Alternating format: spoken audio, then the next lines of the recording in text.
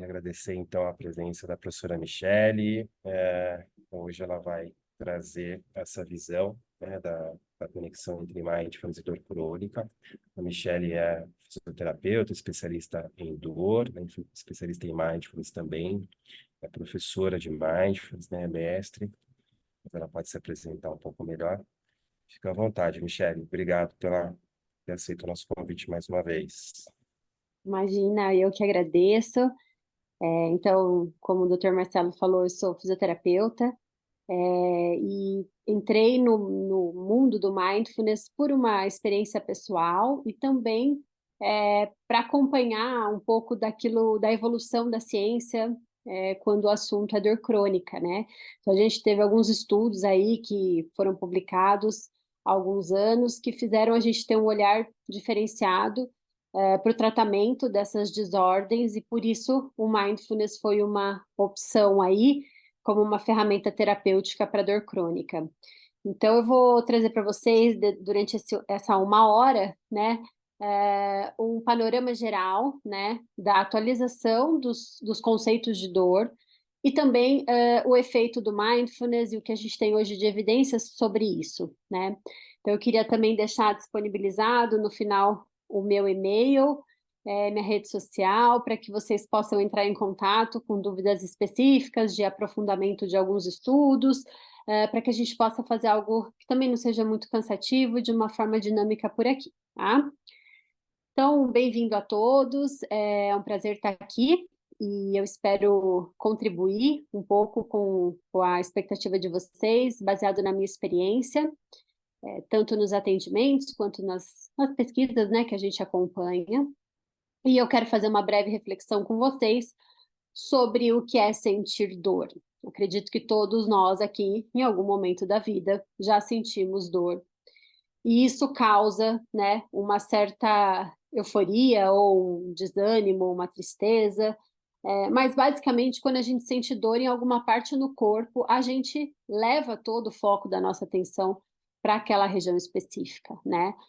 Naturalmente, a gente coloca as mãos em cima da região, faz uma fricção na tentativa de aliviar, mas, na maioria das vezes, a gente associa especificamente as dores no corpo com fatores físicos, né, estruturais, e automaticamente a gente leva o nosso pensamento a pensar que realmente tem alguma coisa errada, algum problema. Dificilmente a gente para pensar sobre o que é dor, né, e o porquê que nós sentimos dor. Na maioria das vezes a gente pensa, ai, que saco, estou sentindo dor, né? Ou vem aqueles pensamentos sobre a crítica ao corpo, né? Nossa, isso eu fazia, agora eu não consigo mais, porque essa dor é chata, enfim. Então, existe uma série de pensamentos aí, uma série de sofrimentos secundários, né, que estão associados com a sensação dolorosa. E nós aprendemos isso, né, no conceito de que tem alguma coisa errada no nosso corpo. Então, naturalmente, a dor é uma sinalização, ela é um alerta, e me diz isso, tem alguma coisa errada com o meu corpo, alguma coisa aí está machucado, quebrou, né?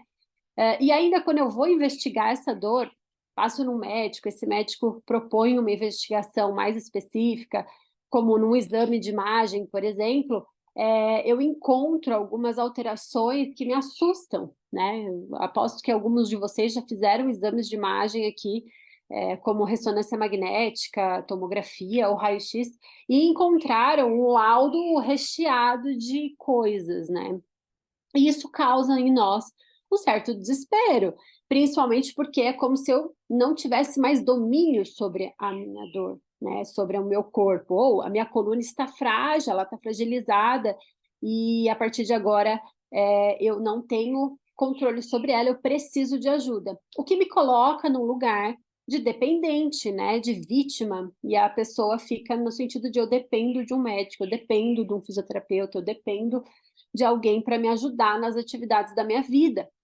E isso afeta muito a nossa vida, né? Mas, grande parte das vezes, a gente não percebe isso, né, de uma maneira clara, mas a gente aponta como único e exclusivamente o componente físico sendo responsável por aquela sensação dolorosa. Então, o foco acaba se tornando exclusivamente em algo físico.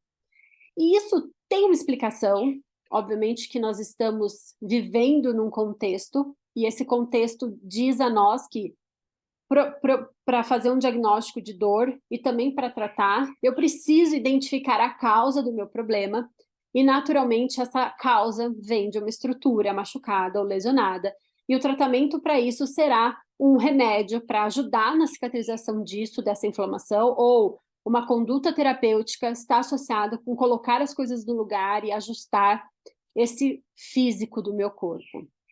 E nós chamamos isso, né, de um modelo biomédico que faz uma analogia ao corpo como se fosse uma máquina.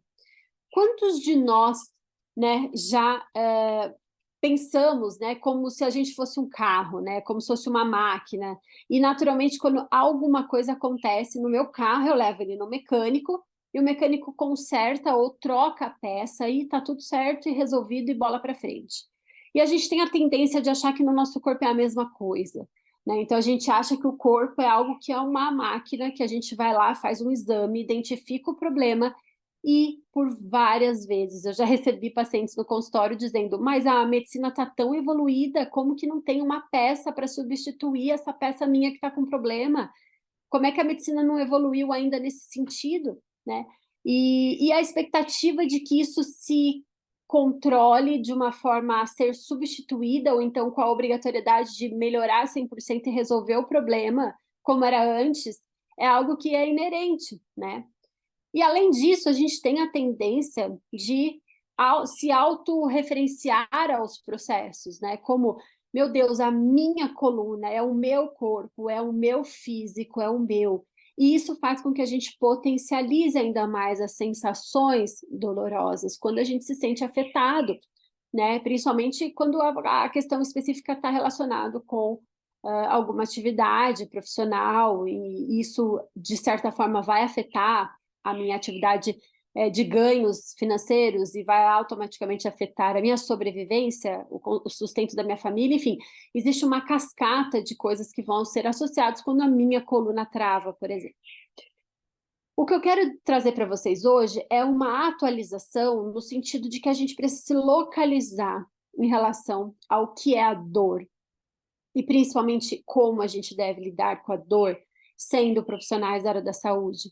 Mesmo que eu não vou atender pacientes com dor, meu foco é depressão, meu foco é ansiedade, mas pode ter certeza que pacientes com ansiedade, depressão, entre outras condições psiquiátricas, muitas vezes têm dores associadas. E ali pode estar quietinho, o paciente não vai nem falar para você, mas ele está ali sofrendo além do processo com dores, né? Então, nós vamos se localizar em relação ao que é dor hoje, né? E a gente vai se basear em dados antigos, como na Segunda Guerra Mundial, por exemplo. Depois de muitos anos, alguns soldados identificaram, através de exames de imagem que foram feitos ao longo de suas vidas, uma bala, por exemplo, alojada no pescoço de um soldado que nunca sentiu dor. Além disso, vários relatos de vários soldados que colocaram situações que tiveram lesões graves, como amputações, e não sentiram dores, ou a dor foi mínima naquele momento, né? E, além disso, muitas dessas pessoas relatam que a amputação ou a lesão grave foi como se fosse um susto, né? Não necessariamente uma dor, né? A dor vem depois. Recentemente, né, o ex-presidente dos Estados Unidos recebeu, né,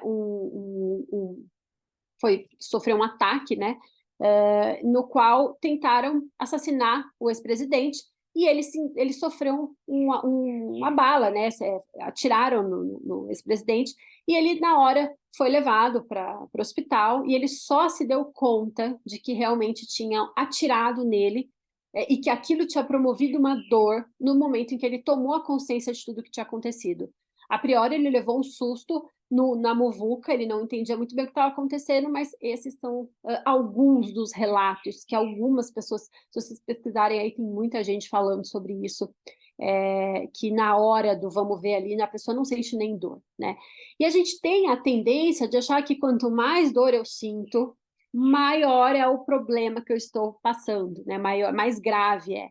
E se a gente for pensar num cortinho de dedo que faz um papel, a gente sabe que o quanto aquilo arde e dói, e isso não tem nenhuma gravidade se a gente for pensar em termos de sobrevivência da questão física. Então, atualizando vocês, né, hoje nós sabemos que a dor, ela não está relacionada com a intensidade de um dano físico ao corpo, tá? Vários estudos mostram para gente que pessoas com artrose de nível severo não necessariamente vão ter dor, assim como pessoas que sentem muita dor e apontam a intensidade da dor como algo muito elevado, podem realizar um exame de ressonância magnética, de raio-x, enfim, e não vão encontrar grandes alterações do ponto de vista estrutural, né? Então, nós sabemos, então, que essa associação que antes a gente achava que fazia sentido, hoje ela não é uma associação que deve ser realizada, porque a dor é algo extremamente específico, né? Então, em torno de 50% das pessoas, independente se elas têm dor ou não, existem alterações nos exames de imagem, é como se fosse algo relativamente normal, que se espera, né, dentro de uma condição humana. Então, a Associação Internacional de Estudo da Dor, a IASP, ela vem atualizando a definição do conceito de dor ao longo dos anos, e a mais atual é que a dor, ela é uma experiência sensorial e emocional desagradável, ok? Associada a um dano tecidual real ou em potencial, ou descritas em termos de tal dano. Ou seja, a dor é uma experiência totalmente individual que envolve a parte física e a parte emocional. Ela é, de fato, desagradável, porque senão não seria dor, seria algo relacionado a alguma sensação prazerosa, e pode ou não estar associado a um dano de tecido. Então, esse pensamento que tínhamos, ele é um pensamento que já se foi modificado. Então, a dor, ela é uma experiência que envolve a interação de processos sensoriais, cognitivos e emocionais. Portanto, se eu cortar a minha pele, a parte sensorial, ela vai influenciar numa possível sensação dolorosa? Sim, mas com a interação de processos cognitivos e emocionais. Os processos cognitivos estão relacionados com o que a pessoa pensa a respeito, quais são as memórias, as experiências que ela já viveu anteriormente e qual é o significado que ela dá. Uma pessoa que é atleta, que desde pequena está exposto ao esporte, provavelmente ela vai ter um nível de dor muito diferente daquela pessoa que sempre teve uma criação extremamente cuidadosa, em que tudo não podia, porque senão poderia provocar dor e poderia machucar. Isso vai refletir na maneira como a experiência de dor será produzida por aquele indivíduo. Assim como a parte emocional, ela influencia totalmente, interagindo com esses outros processos. Ou seja, indivíduos que sofrem de depressão, por exemplo, eles tendem a ter uma maior chance de desenvolver dores crônicas, por exemplo. Indivíduos com ansiedade tendem a também sair de uma condição de dor aguda e evoluir para uma condição de dor crônica, que é a própria doença que fica por uma questão de persistência de sintomas psicossomáticos. Portanto, a experiência de dor tem que ser olhada diante desses três quesitos que se influenciam diretamente. Então, nós saímos de um modelo que antigamente nós chamávamos de biomédico, que só se baseava no biológico, na estrutura, no dano do tecido, como eu falei, para um modelo que envolve o bio, o psico e o social. Claro, o contexto em que a pessoa vive influencia na sensação dolorosa dela. Um trabalho que essa pessoa está insatisfeita, que está sendo sobrecarregada, vai influenciar a sensação da dor na coluna dela, né? Mesmo que ela não tenha feito nada de errado, no sentido de má postura ou pegar um peso do chão, né? E assim como a regulação psicológica dessa pessoa também irá influenciar no seu estado biológico. Então, a dor é essa extensa possibilidade de interação entre eles. E foi então desta forma que passou a se olhar não só para as estruturas estruturais do corpo, como um joelho, uma coluna, um ombro, para olhar o papel do cérebro nas sensações dolorosas. E aí as coisas mudaram um pouco de figura e a gente começou a entender que existe toda essa interação acontecendo constantemente, onde a minha mente ela vai influenciar nas sensações do meu corpo, lá nos meus nervos periféricos, onde eu vou ter uma maior ou uma menor modulação dos meus sintomas.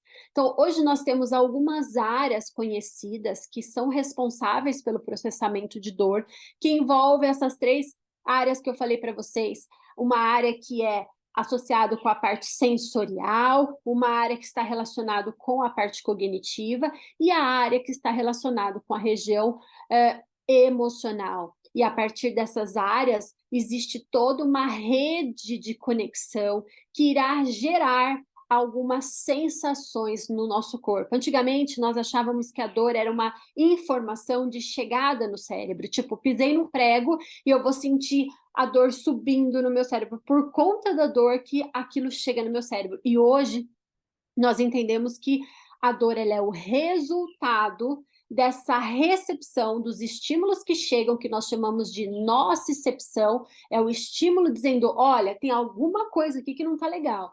A partir da interpretação desses estímulos, que são essas áreas do cérebro que eu comentei com vocês, a gente vai ter uma resposta. Ou seja, a partir do momento que o meu cérebro decidiu que por algum motivo aquilo que está acontecendo no meu corpo é nocivo, perigoso ou ameaçador, eu vou sim sentir dor. Então, essas são as 3 áreas que eu comentei com vocês que estão relacionadas com a dor. A área cognitiva, a área sensorial e a área emocional. Por isso que muitas vezes um psicólogo, por exemplo, numa sessão de terapia, ele está trabalhando sem saber as dores do paciente. E às vezes o paciente não sabe nem por quê. Ele acha que ele mudou de cadeira, ele acha que ele mudou de colchão e isso resolveu o problema, mas na verdade ele está trabalhando com a elaboração do seu sistema cognitivo, do processamento das suas informações nesse nível, e isso está refletindo na melhora das suas dores, né?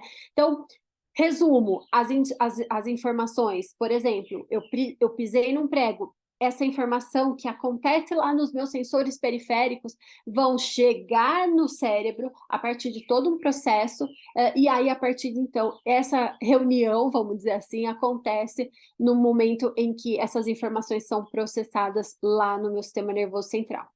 E sempre, a partir do momento que o meu cérebro, nessas 3 áreas, identificarem que eu estou vivendo um contexto de ameaça ou perigo, exemplo, pisar num prego, para a integridade física do meu corpo, não é algo bom, é ameaça, é perigo, né? Ainda se eu lembro que a minha vizinha pisou num prego e teve uma infecção no pé, e ela precisou amputar o pé, isso vai gerar ainda mais uma ameaça, e provavelmente é isso que vai influenciar a intensidade de dor que eu vou sentir lá no meu pé. Ou seja, por isso que a dor é tão difícil da gente mensurar e comparar entre as pessoas, porque cada pessoa tem o seu repertório de vida que vai influenciar nessa interpretação, né?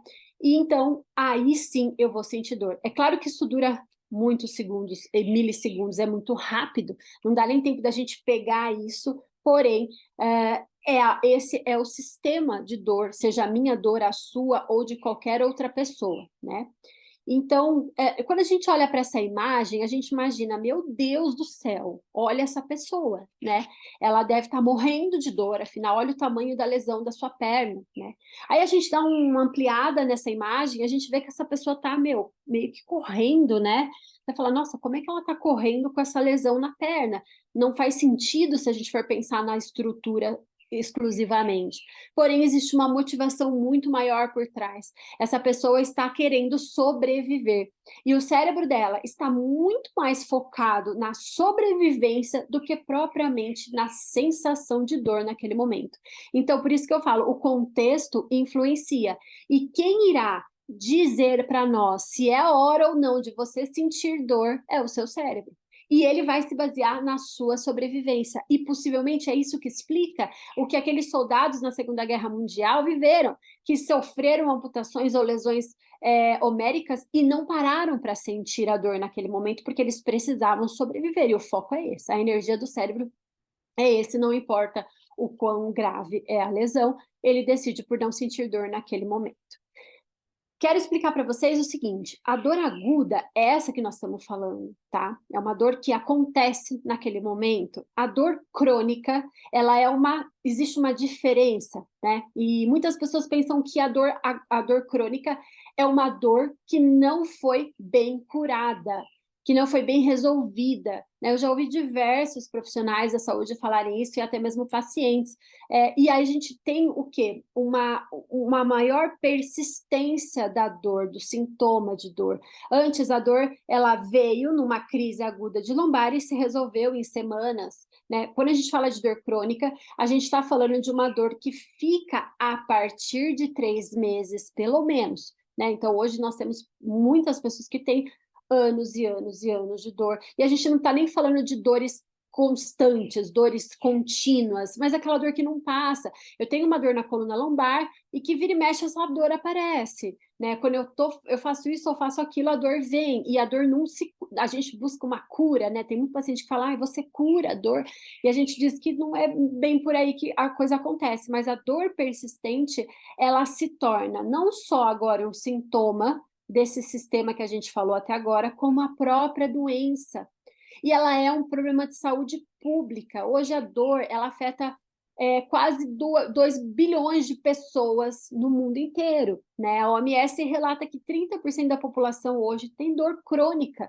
É muita gente com esse fardo, né? E essa visão biomédica de tratar as dores crônicas com medicação trouxe para a gente grandes prejuízos, grandes problemas de impacto social, né, e custos em relação a toda uma sociedade, tanto no Brasil quanto no mundo inteiro, que são a crise dos opioides, onde começou a se utilizar essas medicações de forma descontrolada, causando grandes consequências e vícios, né, e uso indevido dessa medicação em pessoas ao longo de toda uma vida, né? O Michael Jackson, por exemplo, ele foi uma vítima dessa crise dos opioides. Então, é algo que a gente precisa de severas atitudes políticas para modificar a maneira de tratar os pacientes com dores, porque as medicações não são suficientes para isso, né? Então, hoje a Organização Mundial de Saúde faz todo um movimento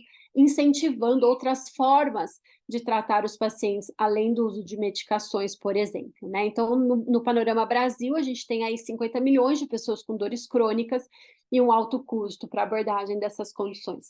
Quando a gente fala de dor crônica, a gente não está se baseando nos componentes físicos apenas, então esse não será o foco principal. Agora nós temos um sistema que está todo sensibilizado, não é só a estrutura local que está dolorida, que está ali machucadinha, que está ali inflamada. Agora a gente tem o sistema nervoso central, ou seja, todas as áreas do cérebro, e os nervos periféricos de maneira sensibilizada. Nós vamos precisar reduzir o nível de atividade desses nervos para que essa pessoa que com estímulos que não deveriam causar dor, eles acabam causando, por exemplo. Ficar um pouco mais tempo sentado, para algumas pessoas é ok, para outras é o suficiente para gerar dor. E essa tolerância que acontece, ela está relacionada com essa sensibilização dos nervos, por exemplo, tá? E hoje, o que nós sabemos, né? O que faz uma pessoa desenvolver uma dor crônica, ou seja, ela não se recuperar 100% daquela sensação e partir para uma vida normal, sem impactação na sua função. Existe uma má adaptação dos componentes cognitivos e emocionais nesses pacientes, aumentando a chance de persistência da dor. Exemplos: a pessoa que tem catastrofização, ou seja, ela fica muito assustada com o que acontece com ela, com o corpo dela, ela começa a ter medo de se movimentar, que é a cinesiofobia, e desenvolve uma percepção inadequada da dor. Essa pessoa que tem muito medo, por exemplo, ela acaba influenciando negativamente a recuperação do seu corpo. E antigamente, quando uma pessoa travava, naturalmente a gente fazia o quê? Pedia para essa pessoa ficar de repouso absoluto, né? E hoje nós sabemos que, pelo contrário, a ideia é que essa pessoa ela retorne o quanto antes para uma atividade física ou uma simples caminhada ou para o seu dia a dia, para que ela não passe dessa condição de uma dor aguda para uma dor crônica, que vira a própria doença. Então, agora, não necessariamente essa pessoa precisa de um grande estímulo para desencadear o processo de dor. Então, às vezes, o simples fato dessa pessoa passar um nervoso já é o suficiente para ela desencadear aquela dor na coluna dela, por exemplo, certo? Então, nós precisamos reconhecer que essas dimensões da dor, que são essas áreas que eu comentei, a sensorial discriminativa, a afetiva motivacional e a cognitiva avaliativa, são elas que vão modular a dor. Então, é aqui que a gente precisa trabalhar quando a gente está pensando em tratamentos efetivos para dor crônica.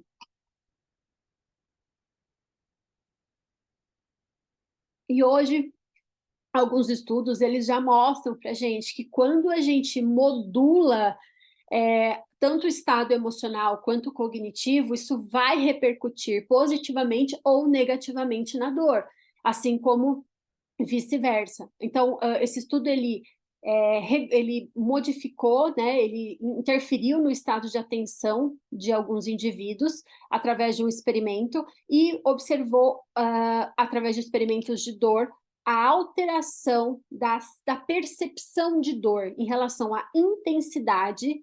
Então, a pessoa, quando se distraiu, ela apontou uma intensidade de dor menor, assim como quando houve uma regulação de foco de emocional, essas pessoas apontaram como uma medida que a gente usa muito, que é o desconforto causado pela dor de maneira alterada, mostrando para a gente que, se a gente trabalhar tanto com a questão cognitiva quanto na questão emocional, em nosso benefício, isso irá naturalmente melhorar as condições de dor, tanto do ponto de vista de intensidade, como em relação a essa avaliação do desconforto causado pela dor. E esse é um modelo, pessoal, que já é um modelo bem antigo, que vem se atualizando a cada década praticamente, que é um modelo de medo e evitação da dor, né? Que Vlaien e os seus colaboradores, que é um dos autores bem renomados nessa área, ele entende que eles entenderam que o perfil de pacientes que, quando sentem aquele baque da situação que eles estão vivendo, reagem de uma forma, como a gente falou anteriormente, com catastrofização, com muito medo do que está acontecendo, com muito medo da dor, isso irá afetar toda a cascata de recuperação dele. Isso provavelmente tem a maior chance de evoluir para uma condição de dor crônica. Enquanto que uma pessoa que trava as costas, mas ela tem prioridades, outros objetivos, e ela vai não ficando tão focada naquele processo, e sim levando a mente dela para um outro olhar, essa pessoa tende a se recuperar de uma maneira mais positiva e não evoluindo para uma condição crônica. Resumidamente, então, hoje, quando a gente está falando de dor crônica, a gente precisa tentar retreinar a atividade cerebral, a forma como essa pessoa está pensando. E é aí que entra o nosso querido mindfulness, né, como uma ferramenta terapêutica que vai beneficiar e proporcionar um pouco de conforto para esses pacientes. Então, hoje nós sabemos que a busca pela meditação, ela está crescendo muito, e a intervenção mente-corpo tem sido cada vez mais utilizadas como tratamentos complementares para esses tipos de pacientes. Do ponto de vista da meditação em si, nos Estados Unidos, por exemplo, hoje, 8% das pessoas relatam que praticam a meditação, e muito dessa busca está relacionado com as queixas, como dor na coluna, dor na cervical, ou seja, as pessoas estão cansadas do mesmo, daquela condição medicamentosa, e estão buscando por alternativas, como a prática da meditação, né? Então, e aí vários estudos vêm, obviamente, ainda nós vamos falar sobre isso, mas a qualidade ainda está na sua infância, então a qualidade metodológicas precisam melhorar muito desses estudos, mas nós já temos aí indicações, né, de que essas terapias integrativas, multimodais, de terapia mente-corpo, são sim uma solução para ajudar esses pacientes que sofrem com dores crônicas e o uso excessivo, por exemplo, de opioides, tá? Então, a proposta do mindfulness através da dor é usar um novo enfoque, né? Um enfoque mais sistêmico para que a gente use a nossa mente de maneira intencional para influenciar a experiência da dor. Trabalhar com regulações emocionais, isso irá ajudar a maneira como a pessoa vai encarar a sua dor.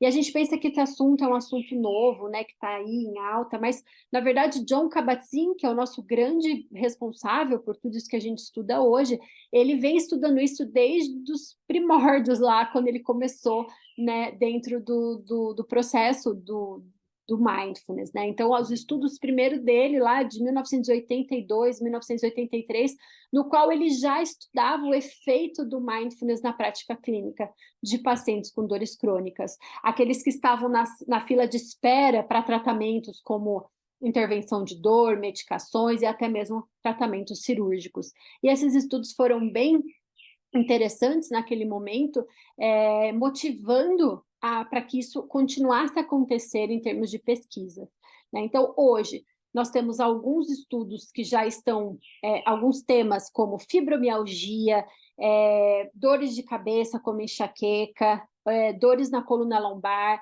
são áreas especificamente que a gente já tem alguma resposta sobre isso, estudos que são interessantes para recomendar o uso do mindfulness para abordagem dessas dores crônicas, né? E de uma forma geral, nós temos algumas revisões sistemáticas com meta-análise como essa, que tem os seus vieses, né, vamos dizer assim, mas eles pegaram aí 30 ensaios clínicos randomizados, que foi considerado de baixa qualidade de evidências, né, mas apontando aí uma tendência favorável do mindfulness em ajudar essas pessoas com dores crônicas.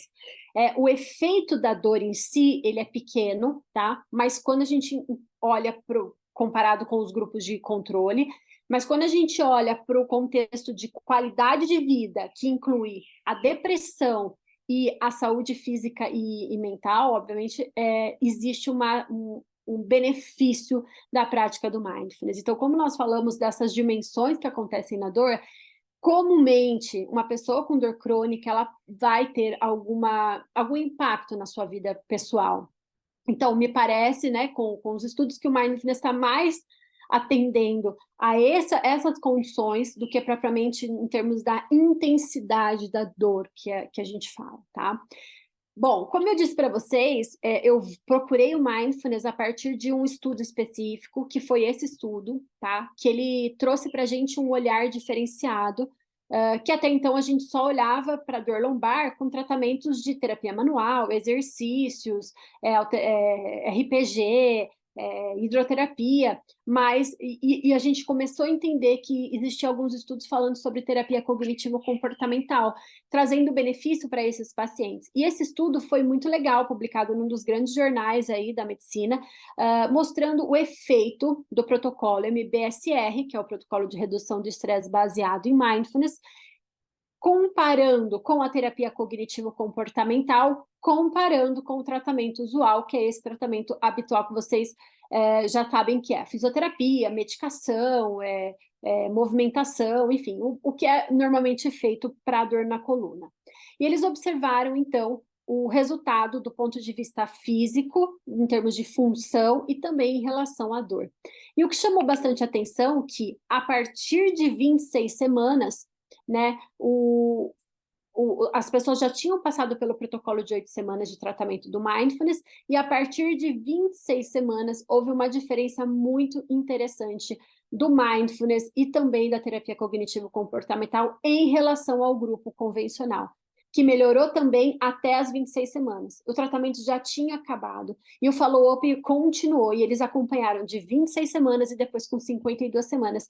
E tanto o grupo do mindfulness quanto o grupo da terapia cognitivo-comportamental mantiveram as melhoras do ponto de vista funcional. E isso foi muito impactante para a gente, porque a gente sabe o quanto é difícil você ter resultados que se mantêm ao longo do tempo num tratamento de dor lombar, por exemplo. Depois disso, vários estudos também vieram para tentar entender e tentar observar se de fato, né, esse primeiro estudo realizado tinha conseguia manter mesmo os efeitos de função física nesses pacientes, e essa outra meta-análise usou mais 6 ensaios clínicos agora, recentemente, em 2022, apontando que, de fato, o protocolo de redução de estresse baseado em mindfulness ajuda na função física das pessoas, num follow-up de 8 semanas e 6 semanas desses indivíduos que têm dor lombar crônica. Isso, para nós, fisioterapeutas, e também para médicos, é muito positivo, porque você reduz muito a necessidade de medicação desses pacientes, né? Bom, além disso, estudos mais recentes também estão tentando entender qual a diferença entre a terapia cognitivo, o mindfulness e a terapia comportamental, dentro desse processo de dor crônica, né? Então, esse ensaio clínico tentou investigar se existia diferença e, de fato, não houve benefício de uma técnica em relação à outra. Todos eles melhoraram mais do que o tratamento básico, tratamento usual para dor crônica, que envolve medicação e orientação, né? Este outro estudo, ele tentou entender quais são as características que podem influenciar numa pessoa a melhorar mais num protocolo de mindfulness em relação ao protocolo de terapia cognitivo comportamental, tentando observar qual das duas é a melhor conduta de fato para o paciente com dor lombar, e aparentemente eles observaram algumas diferenças entre eles, mas o que ficou, no geral, com uma diferença significativa entre eles, independente do grupo, o paciente que vai melhorar é aquele que tem menos crenças de controle da dor e menor ansiedade. Então, me parece que pacientes com dor crônica e dor na lombar, não importa tanto ainda qual das duas você vai ofertar, né? Eu, como fisioterapeuta, eu não faço terapia cognitivo-comportamental, portanto, eu uso mindfulness a meu favor para ajudar os meus pacientes, né? Agora, se eu não tenho mindfulness e eu trabalho com terapia cognitivo-comportamental, a princípio, as alterações no processamento cognitivo que você vai proporcionar para o seu paciente vão trazer os mesmos benefícios aí, né? Esse outro estudo bastante interessante que eu citei no começo, ele é um estudo que avaliou o efeito das terapias mente-corpos nos pacientes que sofrem com dores e usam opioides para tratamento. Essa é uma revisão sistemática com meta-análise que usou 37 ensaios clínicos para avaliar, e os resultados foram muito interessantes. Houve uma forte associação em relação à terapia mente-corpo nesses pacientes, em melhorar a intensidade da dor e o desconforto da dor. E o mais legal, na minha opinião, assim, é que 80% desses estudos apontaram melhoras significativas em relação ao uso indevido dos opioides e o vício e o tempo de uso deles. Ou seja, as pessoas diminuíram o uso de opioides, que são medicações extremamente fortes, com vários tipos de consequências que muitas vezes são irreversíveis. Então, se a gente conseguir, de certa forma, ajudar essa pessoa a melhorar a sua qualidade de vida, isso já é um grande passo para nós. Em termos de mecanismos, né? Aí vocês vão me perguntar, mas como que esses resultados acontecem, né? Por que que eles acontecem? Então, eu vou citar para vocês alguns estudos que são antigos já, que têm os seus vieses também, que a gente deveria olhar para eles de uma maneira ou de outra, mas eu vou colocar para vocês o que que tem hoje, que tentaram justificar o que acontece na pessoa que medita, né? Então, a partir do momento que essas pessoas utilizaram ressonância magnética funcional, foi possível observar, então, o cérebro dos meditadores. E esses estudos, na atualidade, são estudos de neuroimagem que permitiram, então, conhecer em detalhes o que passa no cérebro, tanto do ponto de vista funcional quanto estrutural desses indivíduos, tá? Esse é um dos estudos de um dos autores bastante renomados também na área, é um estudo de 2011, que mostra para a gente que é um estudo transversal, experimental, né, que tentou explicar esses mecanismos que justificam o efeito da meditação na dor. Esse estudo mostrou que, se induzirmos a dor de uma maneira experimental numa pessoa que medita, a gente chama de um meditador experiente, ela vai sentir a dor de uma maneira diferente daquele que não medita, por exemplo. Então, gente, desculpa, tá rolando um desespero aqui.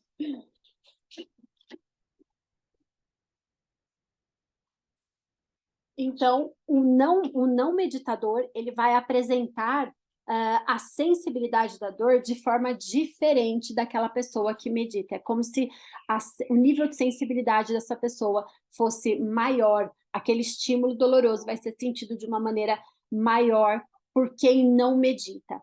E isso esteve relacionado com algumas áreas que eles fizeram o estímulo, ao mesmo tempo avaliaram como o cérebro dessas pessoas estavam se comportando.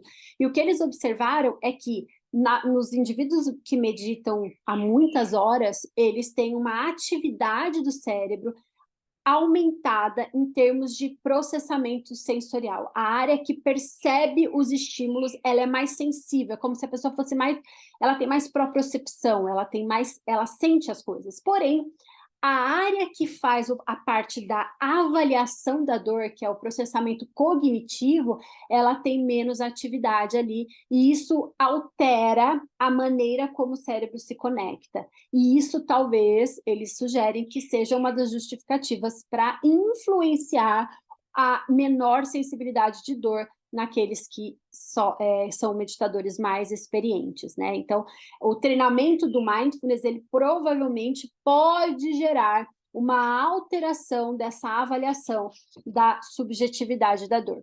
Esse outro estudo também teve como tendência a comparar meditadores experientes de não meditadores, que também tentou promover ali o estímulo doloroso, e o que eles observaram foi que houve uma dissociação entre a experiência sensorial, que é essa experiência estimulada no físico e sentida lá no córtex somatosensorial primário, que é uma área do cérebro específica, responsável por isso, e o contexto e o significado que o paciente dá, que o indivíduo dá para a dor. De novo, a área responsável pelo processamento cognitivo. Eu sei que é um pouco complexo isso, pessoal, mas é só para vocês entenderem a tentativa que as pessoas, os pesquisadores tiveram para ajudar a gente a entender através da neuroimagem, né?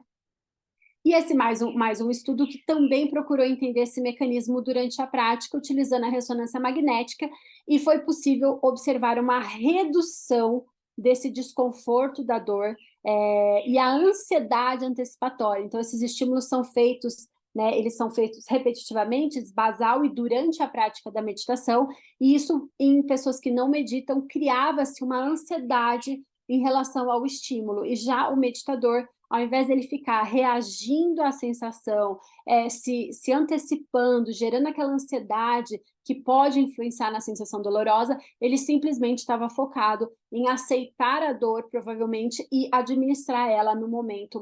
Então, basicamente, reforçando, né, que a modulação da dor ela pode acontecer pelo aumento do processamento sensorial que a gente fala, que é essa capacidade de sentir direitinho o que está acontecendo ali, até mesmo com mais intensidade, porém diminuindo o controle cognitivo, essa tendência da gente ficar avaliando aquilo que está acontecendo, né? E, por fim, esse outro estudo também é liderado por Zeidan, que é um dos grandes autores também aí da neuroimagem na área de mindfulness e dor, que também avaliou um treinamento de mindfulness curto, tá? Por 4 semanas, e observou a atenuação da dor em termos de intensidade e também desse desconforto causado pela dor. Então, nesse caso, o que eles observaram? Também houve alterações de intensidade da dor, com redução de 40% e uma redução de 57% desse desconforto que a pessoa relata, né, a partir dessa avaliação cognitiva por conta da dor, após o experimento de base e o experimento durante a prática de meditação, apontando que a meditação ela pode causar, então, essa modulação a partir da ativação dessas áreas em vermelho e a diminuição de atividade dessa área em azul. Essa área específica que está relacionada com o sistema límbico, onde provavelmente essa pessoa vai ter aí uma avaliação emocional perante a dor, né? Então, você aumenta a avaliação cognitiva e diminui a avaliação emocional. Nesse caso, foi resultado desse estudo transversal aí, a pessoa, os meditadores diminuíram as sensações dolorosas, né? Mas mais interessante ainda, que é essa imagem da direita mais acima, que eles observaram em repouso durante a meditação, que houve uma mudança numa atividade específica do córtex somatosensorial primário, que é a área responsável por sentir a região onde o estímulo da dor acontece. Isso aconteceu uma alteração desse processo, né? Então, o que esse estudo, no geral, ele aponta para nós? Que houve, antes da sensação nociceptiva ser interpretada como estímulo nocivo e gerar a dor como sensação, o mindfulness, ele atua antes desse processamento acontecer. E isso foi muito interessante, porque é claro que cada um de nós tem um mecanismo de dor acontecendo no nosso cérebro, mas se a gente puder, de certa forma, influenciar o processamento, aquela interpretação que eu falei para vocês no começo, de alguma forma, isso irá beneficiar. Então, eles sugerem que essa intervenção seja uma intervenção que a gente chama de top-down, que vem da área cortical para o tálamo, refletindo no sistema nervoso periférico, né? Portanto, a dor, ela pode ser modulada através de vários mecanismos, né? Então, os estudos tentaram entender se existe um específico para cada, mas como a gente pode ver, no geral, a rede de conexão, ela se altera quando o indivíduo medita, e isso pode provocar uma mudança nessa experiência subjetiva da dor. Então, esse estado cognitivo do mindfulness, ele pode promover, então, diversos mecanismos neurais que promovem a alteração desse processo através da regulação cognitiva. Isso é muito positivo. E dessa forma, essa é uma revisão sistemática também, que reuniu os principais estudos que avaliaram essas questões que a gente acabou de ver, que foram estudos de neuroimagem, a partir desses treinamentos de meditação. E, no geral, o que a gente entende hoje é que esses estudos mostram para nós que os efeitos do mindfulness, eles vão modificar o funcionamento de regiões do cérebro em uma extensa rede, que são até áreas que não são responsáveis pela nocicepção, que é esses estímulos de chegada do cérebro. Então, a prática regular, ela está mais relacionada com alterar a experiência afetiva da dor do que propriamente em relação à intensidade da dor. Então, aquilo que a gente falou, a maneira como esse paciente vai olhar para a dor, ela se modifica a partir do nosso treinamento, de como a gente vai atuar. E aí tem pessoas que falam, mas eu não faço mindfulness, mas eu ensino meu paciente a respirar. É a mesma coisa? E aí a gente entende hoje também que não, né? Você pode ensinar o seu paciente a respirar, mas quando você não trabalha com construtos como o não julgamento, entre outros, que o não julgamento foi o mais citado nesse estudo, você tem atividade cerebral distinta. A pessoa pode até melhorar com a respiração, mas ela não vai ter a mesma atividade cerebral igual quando a gente está trabalhando com mindfulness. E a regulação cognitiva não acontece em indivíduos que vão estar só respirando. Então, pode usar? Pode, mas são mecanismos diferentes e talvez não influenciem na analgesia de forma significativa. Então, para finalizar, vou trazer um pouco para vocês da minha experiência, tá? Dor crônica é uma condição biopsicossocial que tem um desconforto, uma queixa associada.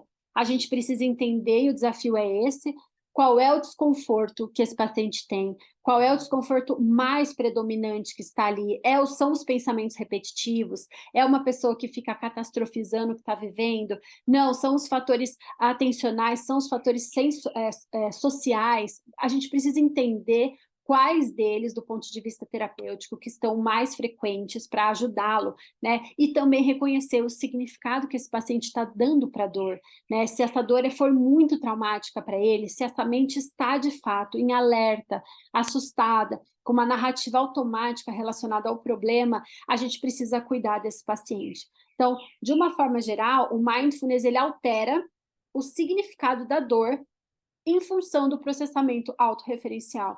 Qual é o significado que esse paciente está dando para a dor? Meu corpo é ruim? a minha coluna é fraca, né? Essa mania da gente tentar se relacionar, né, com o meu, isso é importante nós entendermos, né? E isso, com o mindfulness, a gente consegue melhorar. E desenvolver a capacidade de abraçar o sentimento da dor e deixar ir, né? A gente usa muito o letting go, deixar a sensação flutuar, ir e voltar, sem ficar preso na avaliação e criar um significado para aquele problema, né? E essa autorregulação da experiência da dor, ela está muito relacionada com o foco no presente momento, que se baseia na prática da aceitação, né? Quanto mais a pessoa aceitar que ela está sentindo aquele desconforto e administrar aquilo daquele momento, mais fácil ela vai ter e menos chances dela evoluir para uma condição de sofrimento secundário, né? Então, de uma maneira geral, é amortecer o sofrimento da dor crônica. Essa pessoa não vai deixar de sentir, porém ela vai ter condições de viver uma vida de uma maneira mais prazerosa, né? E a associação de criar uma experiência sensorial do significado da dor. Alguém abriu aí? Então, como experiência pessoal, eu fui uma paciente com dor crônica, então eu vivenciei os efeitos do mindfulness de uma forma até inesperada na época, porque eu não sabia tanto, a gente estava ali só por conta de um estudo, né, especificamente da dor lombar, eu tinha uma dor na cervical, assim como uma dor de cabeça, e foi muito interessante a minha experiência, foi incrível, eu melhorei de uma dor crônica que eu tinha a partir do processo do protocolo de redução estresse baseado em mindfulness, né? E mais do que isso, a minha experiência profissional, ela vem trazendo resultados muito interessantes, né? Foram muitos anos trabalhando com pacientes com dor crônica, no qual eu não tinha resultados. Era frustrante você tratar ali o músculo daquele paciente, você tratar somente a inflamação que ele estava sentindo e não obter resultados quando a gente está falando de uma mudança significativa. E o mindfulness trouxe isso, e como a gente trabalha isso, né? Através do protocolo, mas além disso, entendendo como é que está essa percepção da dor dele, como que ele está julgando e classificando essa dor. Além disso, qual é o significado que ele está dando? É claro que é uma sensação desconfortável, mas será que ela fica brigando o tempo inteiro com essa dor, querendo tirar ela o tempo inteiro do seu corpo, né? E além disso, será que esse paciente está no estado de alerta e ameaça constante? Aí que entra o protocolo, né? O redução do estresse, que diminui o nível de estresse, a liberação de cortisol, tanto do ponto de vista cerebral quanto físico daquela pessoa, e isso vai influenciar na sensação de dor do seu corpo. Então, acho que muitos de vocês já conhecem, né, a parábola das duas flechas, né, o sofrimento primário, que é de fato a dor que esse paciente está sentindo. E quando ele gera uma negação do processo, eu não gosto disso, eu não quero, ele cria uma resistência física, mental e emocional para lidar com esse problema. Quando a gente entende que a dor é inerente à condição humana e que a gente vai viver e vai passar por ela, a gente consegue lidar de uma forma melhor. Mas quando eu transformo isso em um grande problema, que eu não aceito, ele vira um problema, e a minha mente vai ficar tentando solucionar qual é a maneira que eu tiro isso do meu corpo de forma incessante, como é que eu vou resolver. E a partir desse momento eu trago o problema para mim, eu me conecto com ele, eu fico focado na solução e eu fico pensando a maneira que eu preciso tirar ele, ou fugir, ou resolver esse problema. Então, muitas pessoas acabam, né, fugindo da sua vida, entrando em hábitos como a bebida alcoólica, começa a usar droga, começa a querer viajar, gastar, querendo fugir daquela realidade que a pessoa está vivenciando.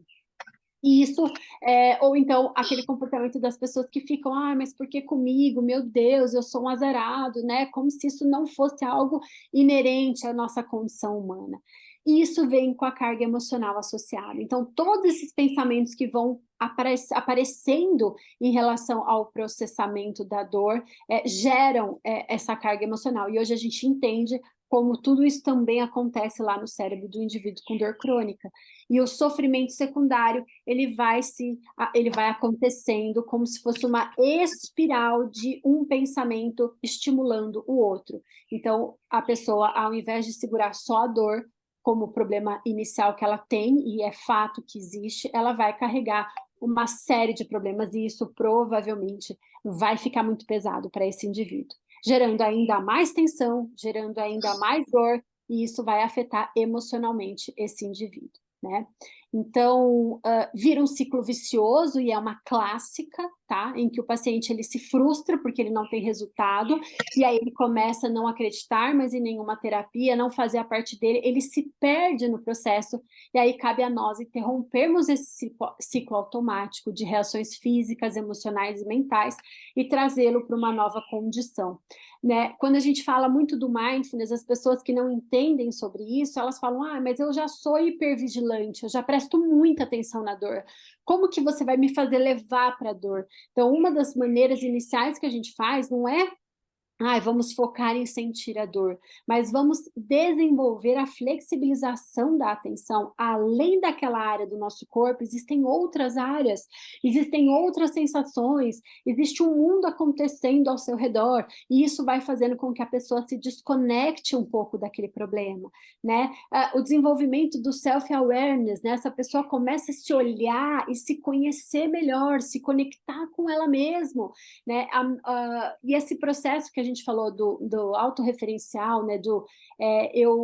Eu não sou a dor, as pessoas elas confundem isso, né? Eu estou passando por um estado de sensação dolorosa, né? Mas elas se consideram a própria dor, a própria doença, o próprio problema, e isso o mindfulness consegue ajudar a criar essa distância entre a sensação e a pessoa, o pensamento e a pessoa especificamente, né? Então, a gente desencadeia a possibilidade de olhar para esse momento, entender que, olha, eu tenho dor, ela está aqui com aceitação, eu não gosto disso, e está tudo bem eu não gostar, faz parte, mas quando eu tenho um olhar um pouco mais compassivo para esse momento, eu consigo me acolher e tomar outras atitudes e reagir de maneiras distintas além daquela habitual, né? É claro que é contraintuitivo, é preciso de muita coragem, para encarar esse momento presente, investigar até as sensações que estão presentes ali,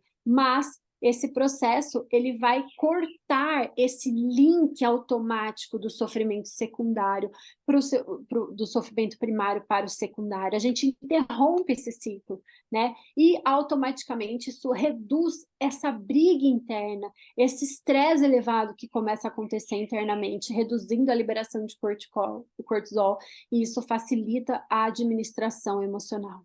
Mindfulness também é compaixão, então a gente não tem como não olhar para isso com autocompaixão, aceitando com atenção plena o que está acontecendo, mas com carinho por si, né? Com acolhimento do próprio indivíduo, ele se permitir se acolher, porque a grande parte deles estão em briga com o seu próprio corpo. Então a gente brinca que é realmente fazer as pazes com o corpo e recuperar o corpo de alguma forma, mesmo que ainda esteja desconfortável, né? Então, é de fato libertador. Então, apresentar uma nova forma, uma nova possibilidade de encarar o processo da dor alivia muito o peso dessas pessoas, elas reduzem esse excesso de carga emocional que elas estão carregando.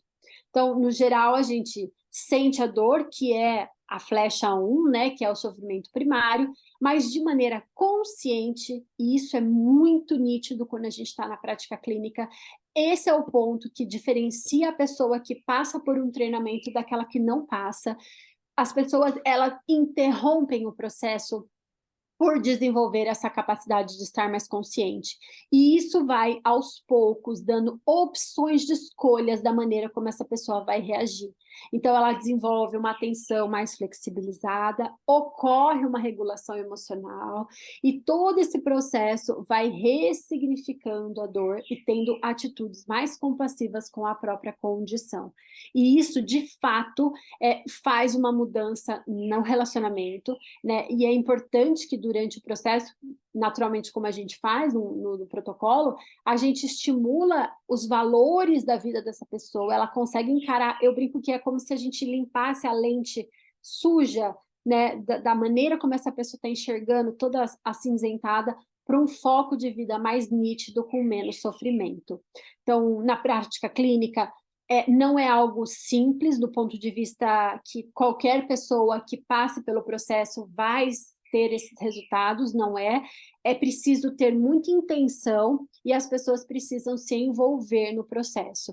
Às vezes as pessoas me perguntam, mas quanto tempo as pessoas melhoram, não sei o quê. Eu faço os protocolos de 8 semanas e muitas pessoas que conseguem se envolver no processo, elas vão ter resultados terapêuticos muito interessantes, né? Agora, se a pessoa estiver lá fazendo só porque você falou para ela que é bom, ela cria muitas vezes uma expectativa de melhora da dor, e se a dor não melhorar, ela vai dizer que o mindfulness não resolve. Então, é importante que as pessoas busquem esse processo de maneira intencional. O John Kabat-Zinn diz assim: você não precisa gostar de fazer o processo, né? Mas você precisa fazer com dedicação. Então, para isso, tem que ter uma intenção para a pessoa apresentar esse processo e também ter os resultados positivos. Bom, eu tentei falar aí o máximo que eu pude, acho que passei uns minutinhos, mas eu queria agradecer a presença de todos, deixar o meu e-mail e também a minha rede social. Quem quiser conversar depois, a gente estou disponível e agradeço a presença de vocês. Eu vou ver o chat aqui agora, tem algumas mensagens. Olha quem está aí, Ellen! Pode falar. Obrigado. O Marcelo tá aí. Vai, Marcelo. Eu queria te agradecer, Michele, pela excelente aula e, no fim, ela deu certo da gente fazer no mesmo dia, né? Porque muitas coisas que a gente falou na aula de compaixão você retomou aqui. Você disse, né, mindfulness e compaixão estão interligados e eu acho que a dor crônica é um case muito interessante, né, para a gente falar dessa conexão que você trouxe isso brilhantemente. Muito obrigado mais uma vez pela parceria, né?